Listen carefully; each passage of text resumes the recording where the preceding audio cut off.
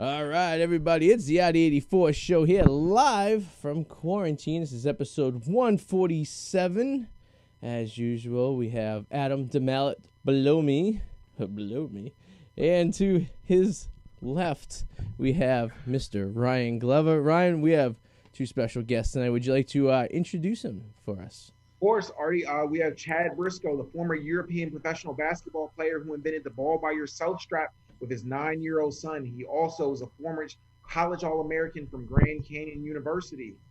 And then below him, we have Jim Blissit III, who is an author, educator, sociologist. He is the author of the children's book, Whatever Happened to That Boy Who Played Basketball All Night.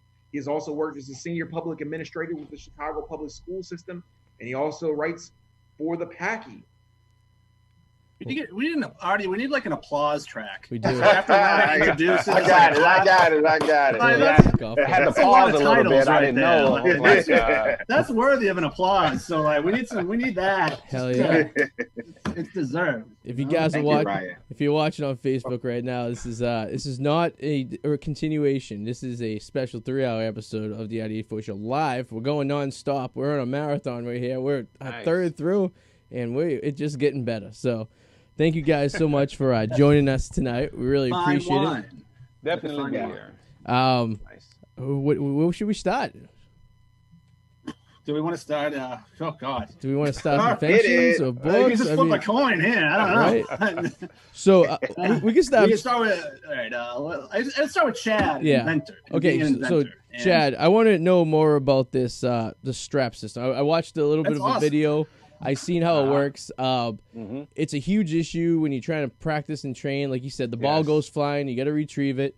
But before we go into so much of the invention, tell us what kind of inspired you. You were a college basketball player. You played in Europe. So Grand Canyon University, let's start there. What was that like playing out there, and how long ago were you out there? Well, Grand Canyon was definitely different. It's in Phoenix, Arizona, so of course the element was not something that I was really used to. 107 and 108. Damn. Training outside. But it was a great experience. I had an opportunity to grow as a player and also as, a human. My mentors, my assistant coaches were some great individuals. So they kind of gave me a little bit more of what I needed coming from California and being out there on my own. So it was a great experience. I was there for 2 years, my junior and senior year. I got a scholarship from junior college and transferred and had 2 great, amazing seasons there. So it was a great run. Awesome. It's got to be playing in any college or collegiate level for basketball is pretty impressive. Depending on it doesn't matter what division is, because when you think about it, it really narrows it down and it really gives you that stepping point to possibly becoming a professional. Yeah. So you went to the European League, played over there. Did you have any? When you were playing in college, did you have any ambition? Was your goal to be like a professional player, or was it kind of just, I'm really enjoying doing this right now, and if anything, whatever happens, happens? You know what? That's a great question, because it was around my sophomore year in college where up until that point, I just wanted to play. And then I started getting offers from universities, and it's like, wow, these schools really want me to come play for them. I mean, major schools. So I had to kind of evaluate what I wanted to do. And as I moved to that next level and then had an opportunity to really become that player that I wanted to be, I saw that there was a path for me at the next level. I just knew that I love basketball, but it came easy for me. Other people saw it as, hey, man, you're pretty good. So once I started really focusing and honing in on my skills, I started really developing in my senior year. I said, let me just see what I can do with this. And from there, I became, like you said, a college All-American, a player of the year. I was number 2 in the nation in free throws, number 10 in steals, number 12 in assists. And I was just like, wow, this is just me having fun. So let's see what I can do at the next level. So I just wanted to take us to the next level. With those impressive stats, did you get anyone from the NBA contact you at this time and have any interest in you, or?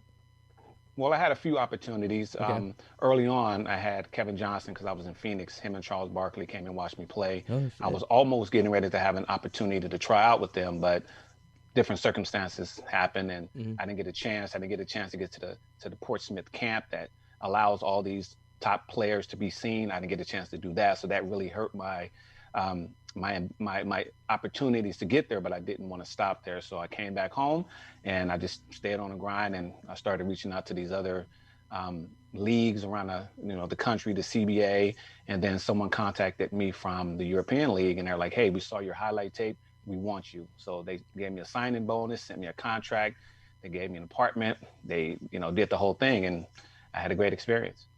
That's pretty cool. Where in Europe did you play? I played in Cyprus, Greece. Greece, in the Mediterranean, okay. Yeah, right above Egypt and Africa, and it was a beautiful place to play, and a lot of great players come from there. I was going to say, because now you have Giannis, who's the Greek freak as they call him. The European Basketball League is a pretty impressive league. I mean, it's not the NBA, but they do develop a lot of impressive players, and a lot of players do go there, and they end up coming over to the NBA. Yeah. As time goes on, I believe who's the kid who's playing for the Lakers got traded to New Orleans. Ball brother. Yeah, the Ball. Yeah, he's one of them over there, and he's playing over in Europe right now. And we get a lot of players coming in the NBA. So when you were playing over in Europe, obviously you get this huge opportunity. This is something that's new. You're on a professional level.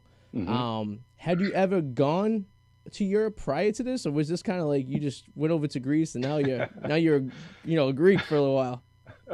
It was my first time getting out, but it was an opportunity. I've always tried to take advantage of the opportunity at a young age, just like really getting into basketball around the age of about 10 years old, watching my brother play.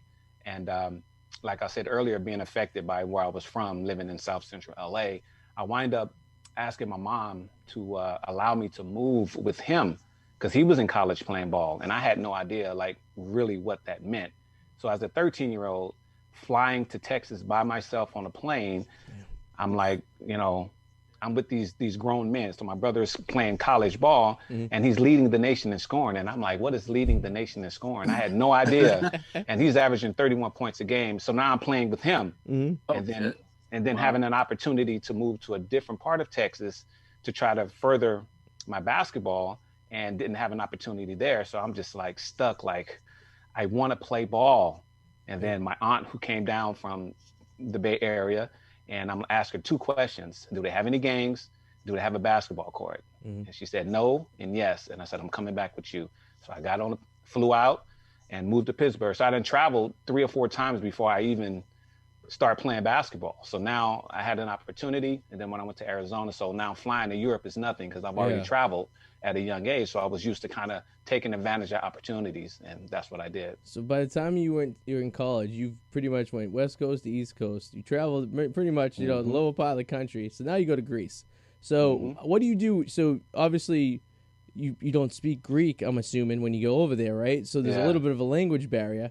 You're new to the culture. So how does this work? You go over there, you sign, and they just pretty much say, hey, you got to be here at this certain date, for training camp or whatever like that. And then did you have any assistance on getting room and board anywhere, or finding an apartment or any of that nature, or were you kind of on your own?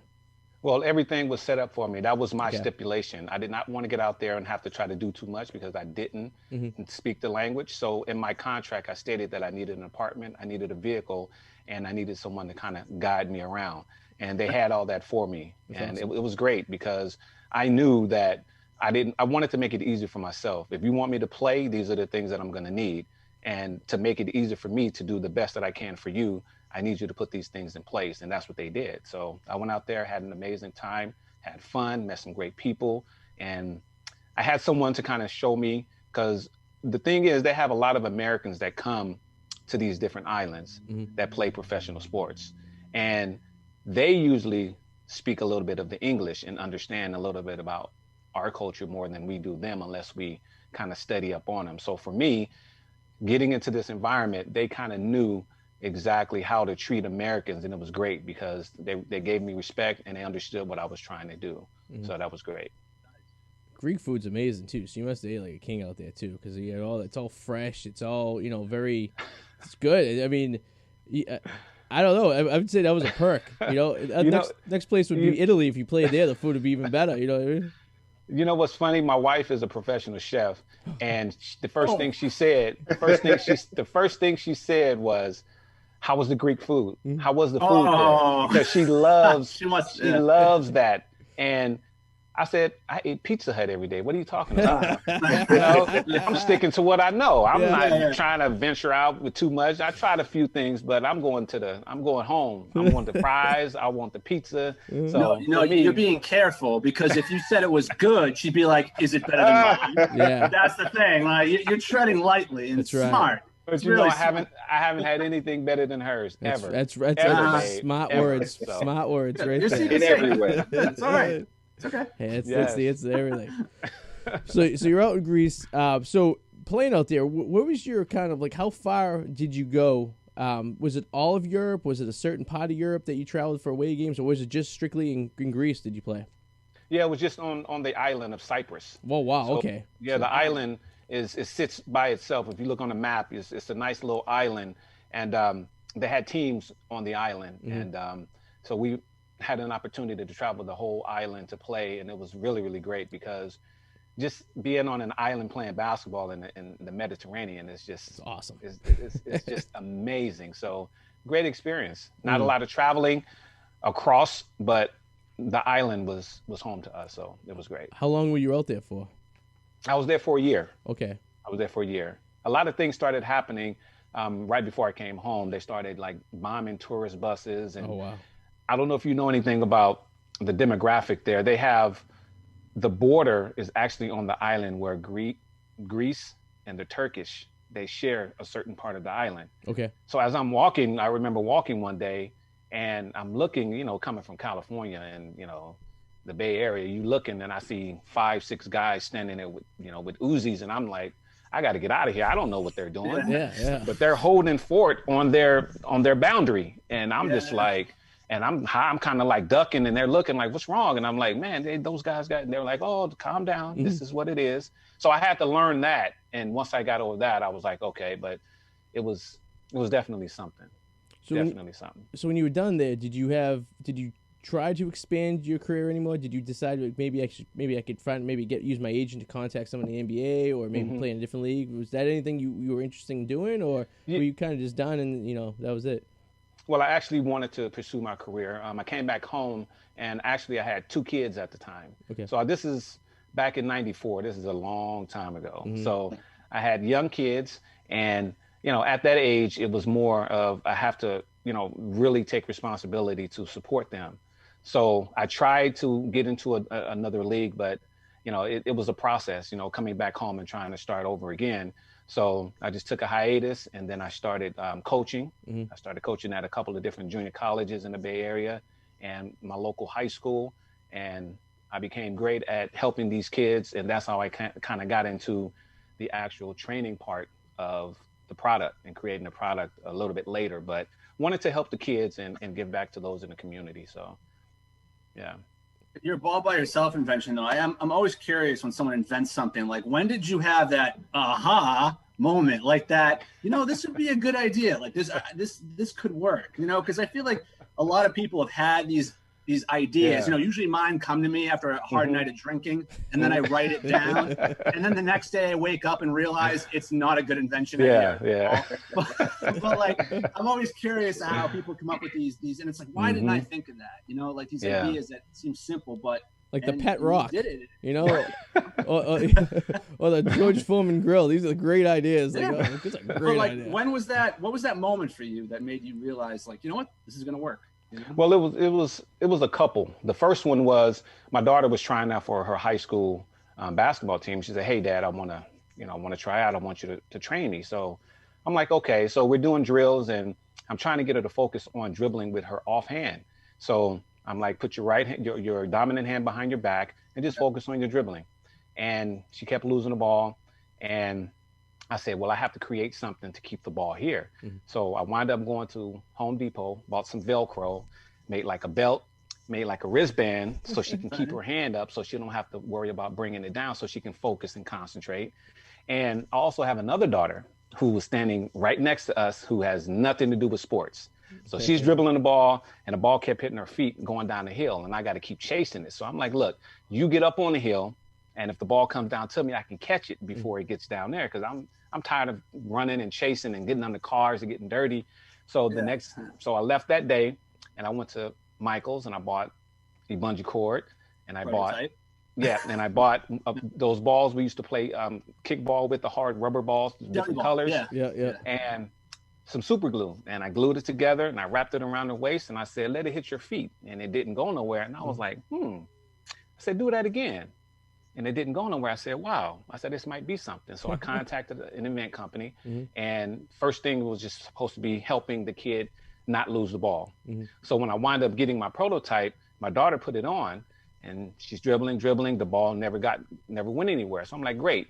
And she actually passed the ball, and it came back. And I said, do that again. She passed it and it came back. And I said, shoot it. And she shot it, perfect form, ball came back. I said, wait a minute, hold on. I think we have something here. So that's how I came up with the idea of ball by yourself, being able to train by yourself, pass, dribble, and shoot without ever chasing the ball or needing anybody to work with you. Was there a moment where you're like, wait a second, this has to have been invented? Like, did you like research to make sure? Yeah. Like, wait a minute. Yeah. No. Yeah, I was looking and I'm like, man, it has to be something out there. And, it was something out there, but nothing but the basketball. Yeah. One that was attached was the tether ball. So you have the tether ball that's attached to the string and you hit it around. Everybody knows tether ball. Oh, yeah. But I was the first one to add a bungee cord, and I was the first one to add a basketball to it for basketball training. So now I've created a basketball training tool that you can also use for fitness training for those who like basketball. And because of COVID, it's hard to get out. You can't get to the gym. So now I've actually been using my product. I've lost weight. I'm maintaining my health. So I'm a product of my product. So I remember when I was a kid, when we used to play basketball, like for practice, we had that little slide underneath the rim. Remember that? When you go shoot, and the ball would shoot back to you. And it comes back to you. Yeah, but that was it. So it would help you for your free throws because you sit there and the ball will come back to you. But for any drills, for any physical drills like dribbling or, even getting your form right when you shoot, just your muscle memory and everything like that, there's really nothing for that. I mean, it's actually pretty impressive. Have you gotten a lot of like attention from like what is the AAU and other like ball clubs like that? Because it seems like it's just something that every coach should have just to help their players. Exactly. Yeah, I'm up here in the Bay Area, so I'm right next to Oakland, and Oakland has a lot of basketball players. A lot of NBA players come out of here. Gary Payton, Brian Shaw, even Dame Lillard, and of course the Warriors, so Steph Curry, Clay. So I've had an opportunity to present this to them, and they actually have them themselves. Oh, wow. But one of the things that I was super proud of was having an opportunity to present this to Stephen Curry and Kevin Hart at the same time. So I did a video. They were there. I got on stage with them. I presented it, and they loved it. Yeah. So I'm just trying to gather great people like that who see the vision of the basketball and the fitness training tools together, because it goes hand in hand. Kevin Hart, the comedian? Yes. That must have been quite the height differential between you, Steph, and that guy, right? I have videos. I have it, So on my website, there's a videos on there. So he's pretty short, but he's a really, really nice guy. Yeah. Really, really nice guy. That's awesome. I mean, that's the way you want to do, right? You want to get some big names behind your invention and stuff like that. Yeah, so I did a camp with Klay Thompson, so I had my own drill station, so that was great. Aaron Gordon, these are all guys that's from the Bay Area, so I've done their camps and presented it to them, and they actually have their own products. So now for me, it's just kind of moving into another space. I had an opportunity to do the largest AAU tournament, which is the Jam On It tournament in Reno, over 1,100 teams. And I went out there Memorial Day weekend just to kind of see what I can do. And I sold out in a day and a half. And I was like, whoa, I just wanted to kind of test myself to see what I can do. And I'm like, man, this is amazing. So that kind of showed me right there that the need from kids all over the country who have no opportunity for training because, one, it might be too expensive, or they have no one to show them really how to train. So with the training tool, they can just do it by themselves and have videos and things like that they can follow along with. Yeah, damn. That's awesome. I mean, because I don't know, the biggest challenge when you're a kid, like we had this basketball court down the street from my house. We used to go play ball all the time, and the ball would go off, and we would just be like practicing between games or whatever. But on the side of the court, there was a massive highway, pretty much, that was on one side, and on the other side there was this drop down that went about 10 feet into train tracks into the marsh. So forever, the ball would be going one way or another. One way or another. And listen, I'm a 5'7" Italian white boy from Boston. Basketball is the last thing I know how to do correctly. So there were balls going everywhere. Like, I mean, I was just terrible. I mean, I was putting up an honest effort, and when I got one basket during the game, it was a big deal. But like, so I would go play with some of my buddies who were, towering over me, and the ball would go flying. I would always have to be the guy retrieving the ball, which is extremely annoying when I'm just trying to practice. You know what I mean? There's a lot of kids who will appreciate this invention and not have to go and retrieve a ball. You know what I mean? Like, and there's a lot of siblings too that don't have to sit on the other side of the net to get the ball when it goes, right? Yes. And you have a lot of times where you're at, like, a lot of these players are playing AAU now. So what do you do when you're sitting on the sideline waiting for your game? Instead of being cold, you can sit there and work on your dribbling, your passing, your shooting, and then when it's time to get into the game, you're ready to go. That's right. So it's a great training warm-up tool as well. So there's so many things that you can do with this. Like you said, being out there playing and having to chase the ball. So now you can get a full 15, 20 minutes of training in without ever chasing the ball, and you're done. Instead of training for 45 minutes and chasing the ball for 20 minutes, it's like now you can just train for 100% of the time. So it's just an amazing tool that allows kids to be versatile, and that's what I love about it. With the bungee system too, I feel like it helps you if we like not just muscle memory, but also kind of working you out as well too. So you kind of get your rhythm, your timing, and I mean this kind of crosses a lot of different barriers. I had a young lady who I was at a tournament and she saw the product and she said, "Oh, I love this. How much are they?" And I told her and I said, "Well, which one is your grandson?" And she says, "No, this is for me." She said, "I have arthritis in my arms and I see if I can pass the ball, I can kind of work my arm." And I was like, interesting. That's a good one. I haven't thought about that. Yeah. So this kind of transcends so much more than just basketball. So I'm excited to like really delve in to all of the things that this product can actually bring out in people, with the training aspect, the basketball aspect, the physical therapy aspect. It's great for kids with rehab because a lot of kids, they're the ACLs or they mess their ankles up. They can't play and they get frustrated just sitting on the sideline. Well, they can use the training tool to kind of stay active and stay in the game and keep their confidence up. So it's just so many things that this product can do. So you have kids that play ball, obviously. So you have one that's an athlete and one has nothing to do with basketball, right? That's what you said? Yeah. So I had one that loved basketball. Yeah. Well, she liked basketball, but she was really good at it. She had the natural talent, but didn't have the love for it, which is okay. Yeah.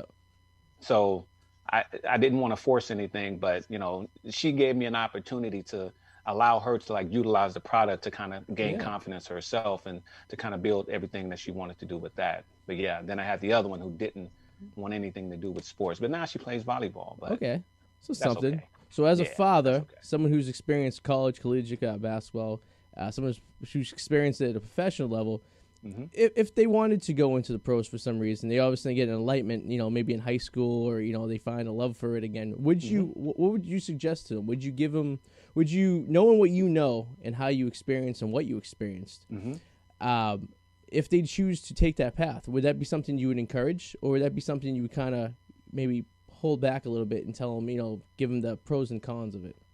Well, I would definitely encourage if it's something that they want to do. So like right now, my 9-year-old son who plays for the Oakland Soldiers, where a lot of the top NBA players from the Bay Area played, he's the one who helped me with the design of the strap. And he loves basketball. So my thing is, if this is what you want to do, I am definitely going to support you, but you need to understand what it takes to get to that next level. So if you don't want to do it, it's okay. But if you do want to do it, let's get after it. So I would encourage any of my kids to follow their dreams, because this was a dream of mine at 10 years old. I had no idea, but I just had an opportunity to fall in love with the game. And I said, well, even in junior college, having an opportunity to say, well, let me see what I can do with this. I just love the game.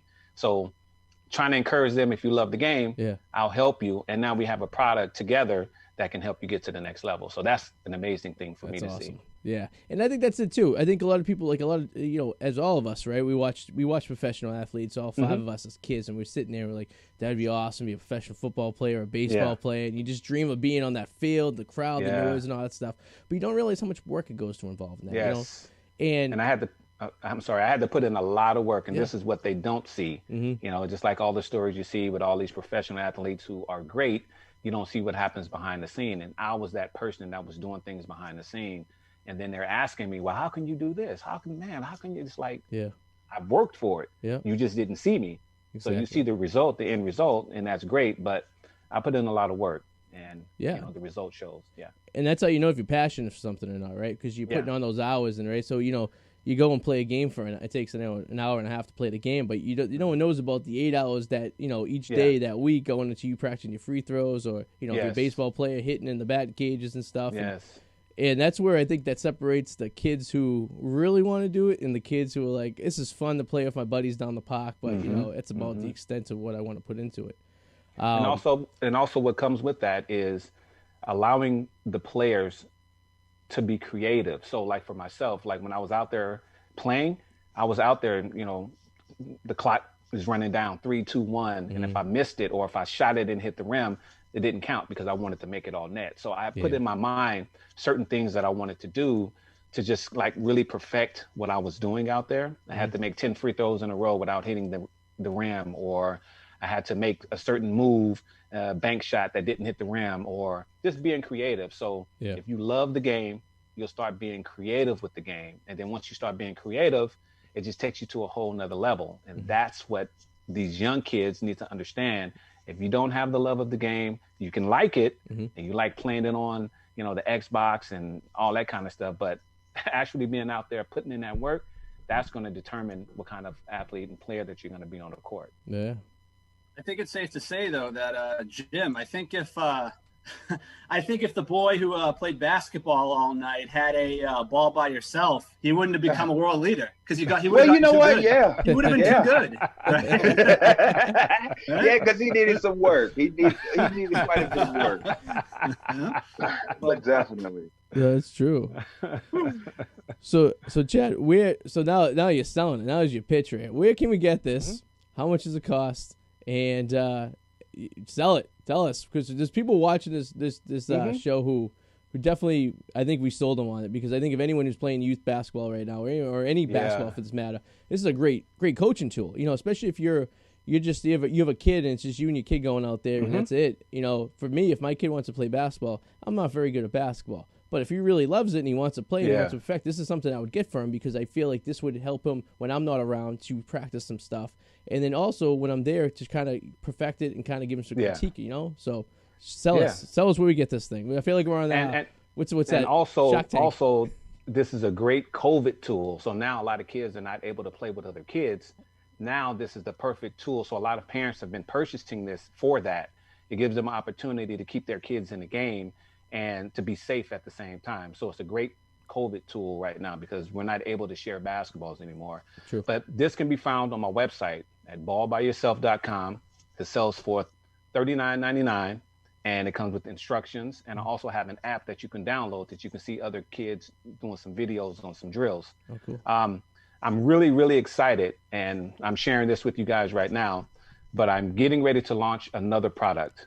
It's amazing. It's super, super dope product. Yeah. It's called Ball by Yourself 3-in-1.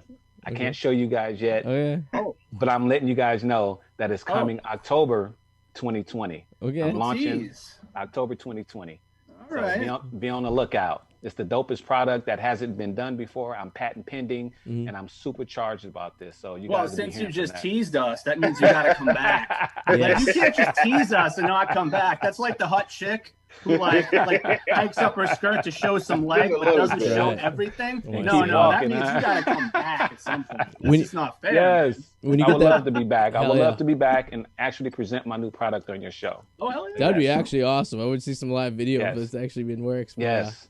It's super dope, and I'm really excited about it. And everyone, like, my inner circle, my wife, my kids, they're like, "Whoa, this is a game changer!" And I'm like, "Yes, this one right here, it's super amazing." So I'm excited about that. So just to give a little insight of someone who has an idea for an invention and wants to get a patent, could you give us just kind of a brief rundown of the process? Obviously, you got to make a prototype, and then you got to contact the patent department, but there's a significant amount of work that gets involved before you can get this product rolling, correct? Yeah. First, you have to, for me, what I did was this, and I came up with this idea back in 2012.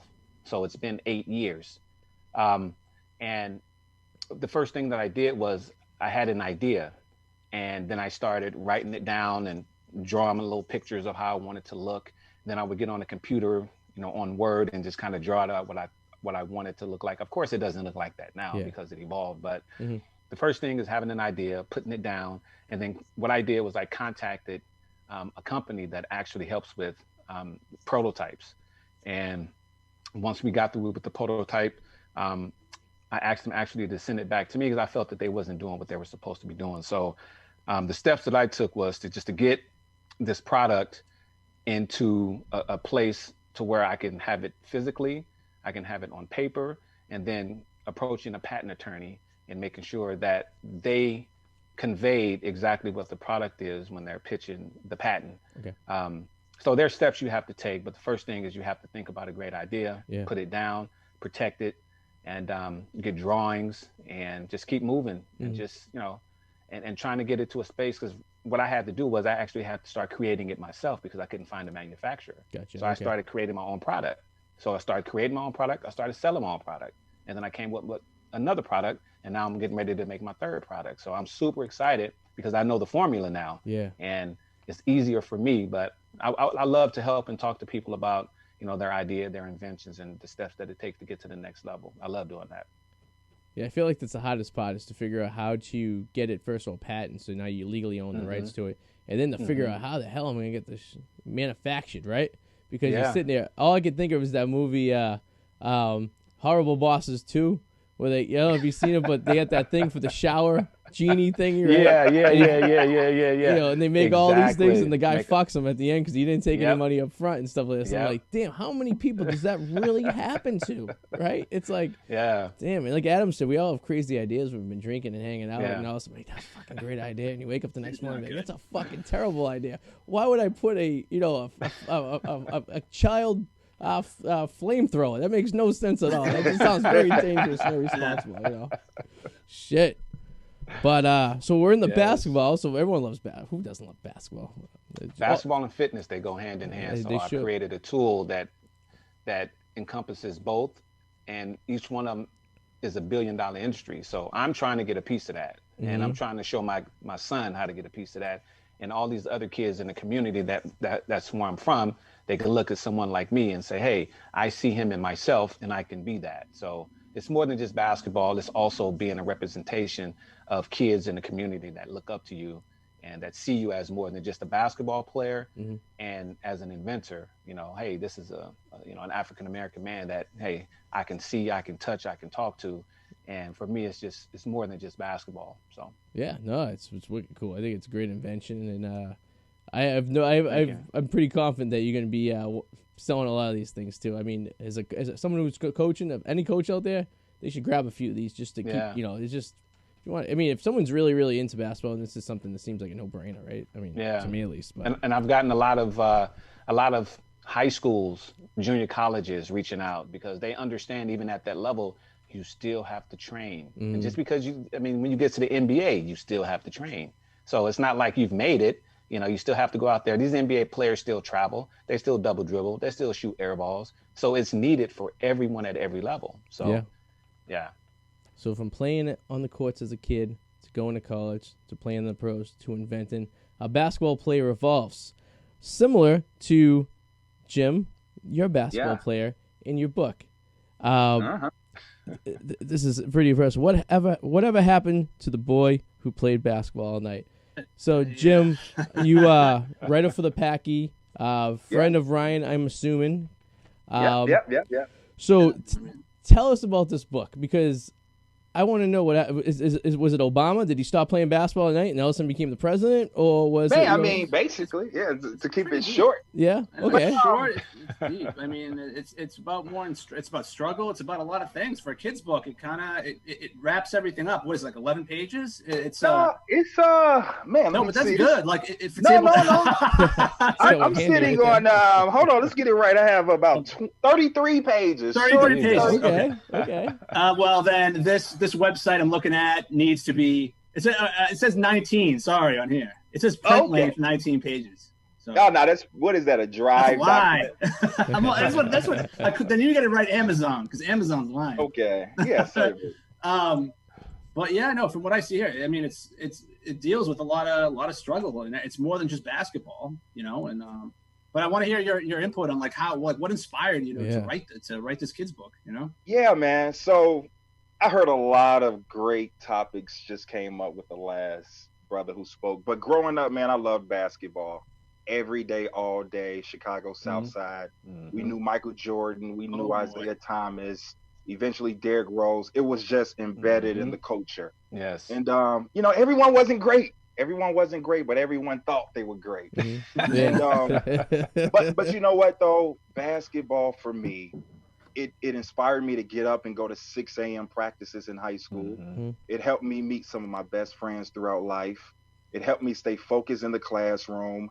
And it also just kept me motivated, and it kept me happy, you know, throughout life. Yep. So that started early. You know, my father was in the military. So I moved from Heidelberg, Germany to the U.S. And I was kind of an odd kid out moving to Inglewood in Chicago. And but one thing I had in common with other kids is I was athletic. You know, so I started there very early, at about, you know, 4th grade or so, playing basketball. That took me through high school. College, I went into the track and field route. I ran track a bit in college. But basketball is still something we did damn near every day. You know, every day. And as I got older, came out of college, you know, I went on, you know, to study sociology, behavioral sciences, and I found myself working as a social scientist, as a social worker, as an educator in schools, you know, managing counselors in classroom buildings, building mentoring programs with a number of institutions here in Chicago. And another major thing was basketball. How do we get the boys out in the morning to meet with their mentors? Offering Bulls tickets. You know, how do we get the guys to show up early for school? Let's have preschool basketball, you know, games in the morning time. So it was just a tool we used. You know, they say give them a little sugar to help the medicine go down a bit better. But even within that, there was one thing that or one person I noticed in Chicago people love just as much as Chicago basketball, and that's Obama. You know, for better or worse, politics aside, Obama is Chicago's, you know, newest son. You know, and just that relationship with basketball here in Obama, for me, just like the invention, Ball by Yourself, this story of basketball and how Obama used it, I saw as a tremendous opportunity because the story hasn't been told yet. We're children. And there's a lot of great stories to be told about Obama, just like we tell stories about George Washington and Abraham Lincoln, so on and so forth. So I saw an opportunity, and I wanted to write this story before someone else wrote it. So some years ago, I worked with the Children's Defense Fund and Freedom Schools. So, you know, we use reading in the summertime to really help students kind of navigate what's going on in the communities, to kind of help them, you know, negotiate who they are and coming into terms with some of the things they're experiencing. So when I look at the story of Obama, you know, I see he grew up without his father there, you know, permanently. I saw his mother travel tremendously. I saw he was often the odd kid out at school. I saw that he wasn't a great basketball player, although he loved it. So I just saw just tremendous parallels with some of the students I work with from some of the most toughest conditions in Chicago, you know. So I wanted to just write the story, you know, and I couldn't think of that $1 million invention basketball, but I think I found something that's interesting. And there's a few other stories I want to, you know, tell through this media. It's nice. So you could have told the story in any way you wanted, but you choose a children's book. And, you know, why a children's book? Was it because of your past of working as administrator of Chicago schools, or was it because you felt that, you know, instead of writing this as a more of an adult book, maybe kids could actually use this to kind of maybe help up their path and stuff? You know, maybe know that if you're a bad basketball player, it doesn't matter because you could still be the president of the United States someday. You know what I mean? Yeah, exactly. You can learn the teamwork. You can learn how to socialize with your peers, maybe manipulate your peers in the best way. Learn foresight, learn where that player is going to be on the court. Perhaps that can help you in other areas. But yeah, man. But you know, I've written in other genres. I started out in poetry club in college. You know, the oratorical side of things. You know, I've written at the graduate level a number of theses that I've actually turned into books on mentoring Black boys in a school setting. So that's one project I'm working hard on still. Nice. And then a few other projects I've worked on, but this was my first children's book. I wanted to give the genre a go. And I've been working in youth development, man. It just made sense for me because these are lessons I've been pushing to the young guys anyways. So to put it in a book somewhere I can just mail out, you know, hand out a bookmark in public. It's just an easy tool that everyone can adapt, you know, and utilize. So it just made sense for me. Yeah. That's cool. I noticed you have another book called The First Theory.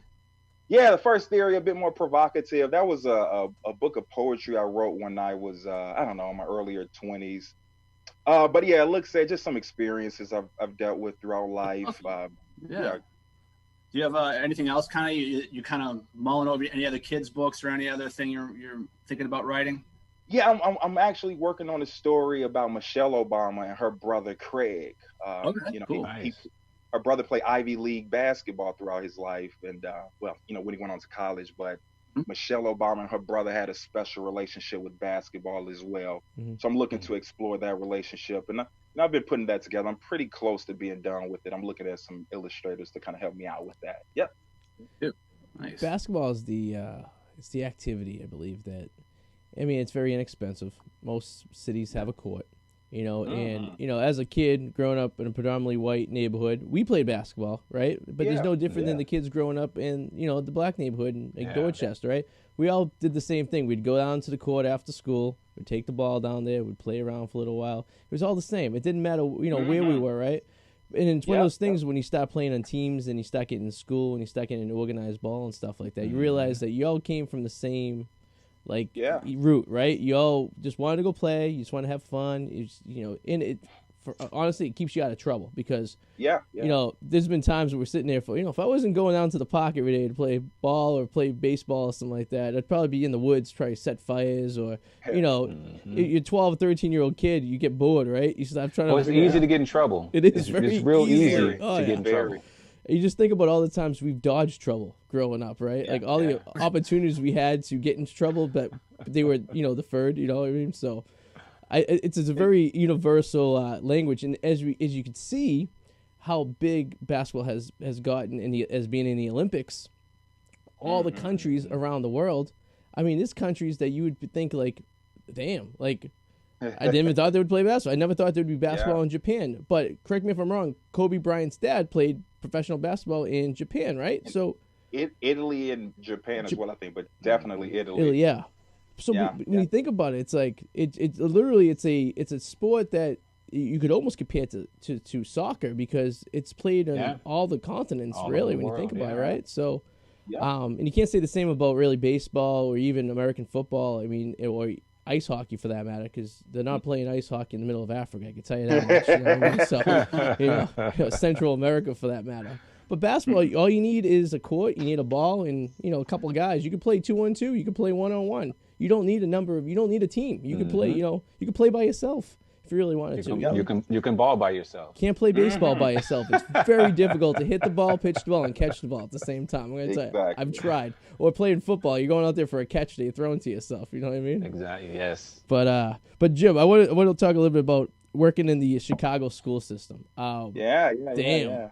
That's a school. That's first hats off to you, my brother. Yeah. Hats off. That is So yes, it's interesting. Yeah. So I serve as a college and career specialist at the central office level. So I don't have as much direct, work with the children and students like I once did in the past. But working with counselors and just seeing how they're really, working every day to kind of navigate some tough waters, man, it's amazing. And seeing just the passion at the principal level as well, and how much disrespect our educators often take. From not just, the district administrators, but also, parents and students and teachers as well. I think these are some of our greatest heroes, especially in some of our most tough communities, like in Inglewood, Southside Chicago. So definitely hats off to all the teachers who are working beyond the politics of the work, and really focusing on what our students need. And so that's another reason I wrote this book, because, a lot of our teachers are struggling with a way to really connect with some of our boys. And again, for me, man, sports, athletics, mentoring, basketball, relationships with other men and male role models have always proven beneficial for me. So as a man walking into school buildings, I understand the gravity of that and how much responsibility I bear. So I'm an educator. No, I mean that's one of the toughest school districts, I believe, probably in the entire country.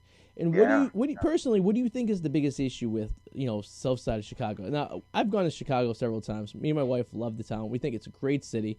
but we've never seen the outside downtown, or maybe Wrigley Field, the north side, everything. And I've been to a Sox game, but I was at the Sox game and then I left and I went back down to the Loop. But so I never seen the true Chicago, I guess you could say, right? I seen the tourist Chicago. So but what do you think the biggest issue is? Why do you think there is so many issues of crime and everything? It's obviously not the education, because I feel like you're representing, saying that the teachers are trying, you're trying to mentor these kids, you're trying to get them on the right path and stuff like that. But is it when they leave school? Is it just they see other people doing other stuff and they feel like that's the way to do it, or they feel like there's no way out? I don't know. Yeah, man, this is a deep question, right? And there's books written on this topic, right? So I can do it a little justice. Yeah. But there's social, emotional, individual issues, all three, right? So you have the social climate of the communities, despair and poverty. You can't negate the effects of poverty and not having access when you live in a world that tells you material access and attainment is success. And when you're not able to actually accomplish that based on your own means in the present, sometimes you do certain things which may be illegal and detrimental to yourself. So I definitely see that.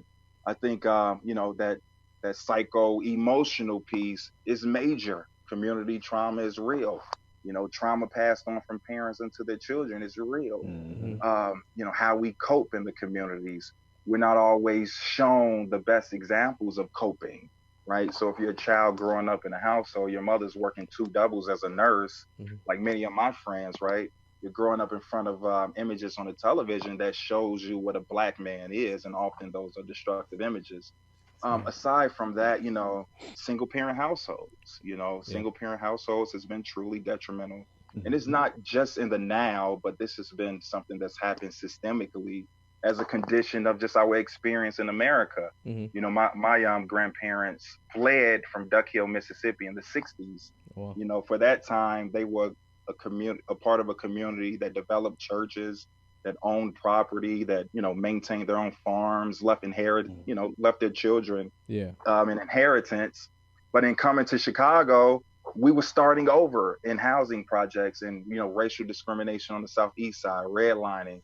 So there's a host of issues, but ultimately, each individual, is responsible for who they are and their development. Yeah. But we also have a responsibility, those of us who know, to actually help individuals in making proper decisions and helping them understand ramifications of certain decisions. So for me, I try to help our young guys really understand ramifications and how to make the best decisions despite the social climate they're growing up in and living in. And I try not to operate from that deficit mindset. Things are tough, but I also understand that, my grandfather did migrate to Chicago, as someone who wasn't wanted, as someone who wasn't regarded as human. So I acknowledge the tremendous growth of the community. I can't name too many other communities who have come from, certain conditions of not even being regarded as human and making such tremendous strides in just a generation or two. So I think we need to keep that into proper context and remind ourselves that things aren't as bad as they've been, and things are great and will continue to progress and climb. So I try to operate from that, that asset development mindset to develop ourselves as potential assets. Yep.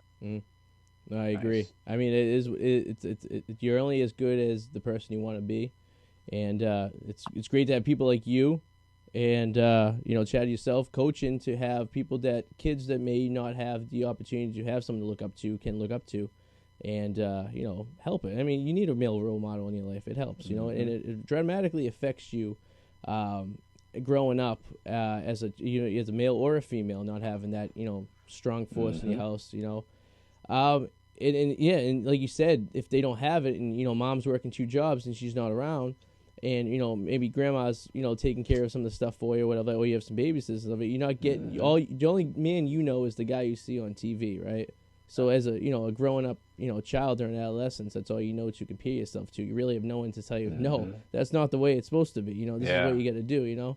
And it's no fault of anyone. It's just the circumstances, right? And it's just society we live in. But I mean, they paint south side of Chicago to be like, Iraq, right? And you're from there. Is it that bad, or is it kind of like amplified on TV to be as bad as it seems, Yeah, man. I mean, certain things sell. Certain images just are picked up a little bit easier. Like I said, I'm from 64th and True. I didn't know it was a problem until somebody told me. Okay. Things were as bad as they say it is. But I definitely don't want to negate the need in these communities for investment in business. I don't want to minimize the need for capital investment. Right? Yeah, absolutely. So there is tremendous, need, but there's also a culture here that has been the hub of Black culture.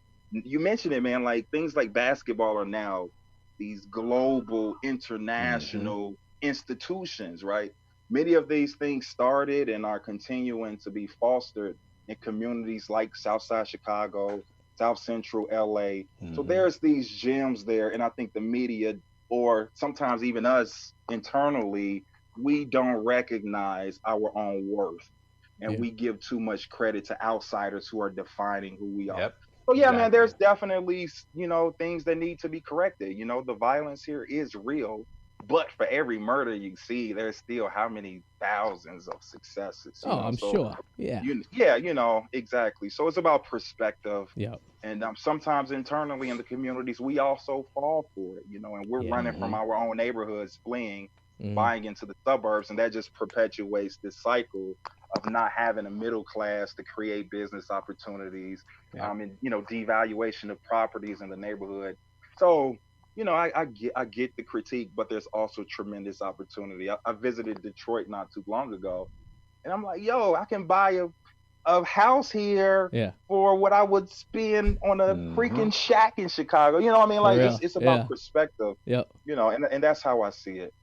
Yeah, I agree, and it's perspective. I mean, Adam and I grew up in the Boston area, and we heard stories of bad sections of towns and stuff like that. And then you grow up and you go into those towns for one reason or another, and you're like, it's not that bad. Media really kind of painted this thing to be worse than it really was. And there's great people that come out of these areas, you know what I mean? So it's like, forever, like growing up in Boston, Roxbury was the dangerous part of town. You don't want to go to Roxbury.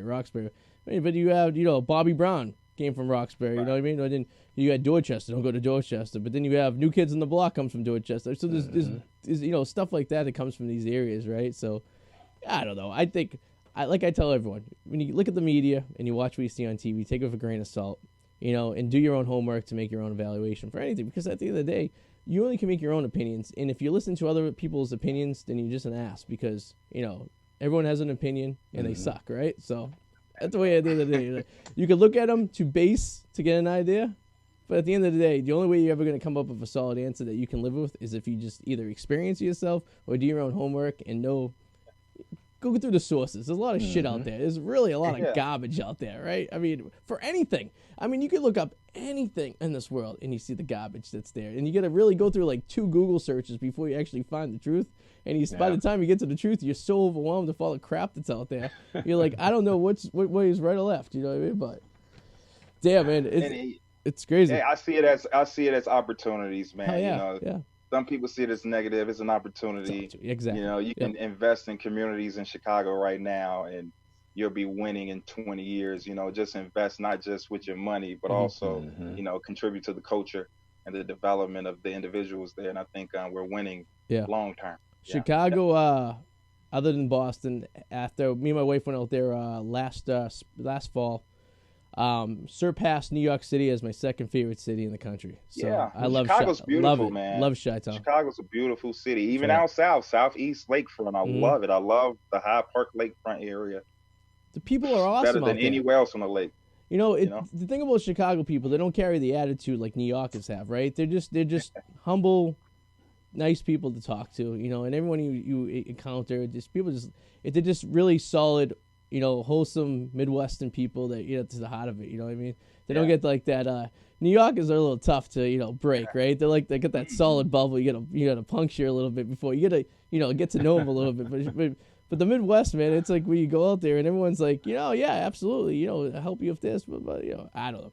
I never seen anything bad in Chicago, and I've been there 4 times, and every single time I was there, never seen anything that would make me not want to go back to Chicago. New York, I can't say the same for, because I seen some shit in New York go down a couple times. Same here, man. New York makes me nervous. I'd be like, how did I end up in this section of town? I must have took the wrong train. You know what I mean? But that's life, right? But gentlemen, thank you so much for joining us tonight. We're approaching. Thanks for having me. Yeah, no, we love it. Chad, I need you back when you get that new invention going, and Jim, we'll have you back anytime we need someone back. You're in the Packie family. So, you have an open invitation anytime you want to come join us or whatever. But, Chad, just one more time, plug your stuff. Tell people how they can get any information for you. You can go to ballbyyourself.com to purchase. I also have T-shirts. I have hoodies. I have gift cards on there. I have videos that you can see me and Kevin Hart and Steph Curry. And just check me out. Social media, Ball by Yourself on Instagram, LinkedIn, Facebook. Make sure you download the app for drills and instructions. And excellent. It's real for COVID. This is the best product right now. So I'm gonna get mine. There you go. I got you. Grab it. I got you. And Jim, where can they read your stuff? Where can they get your book? How do we get this? Well, first, thank you guys for having me, man. I enjoyed it.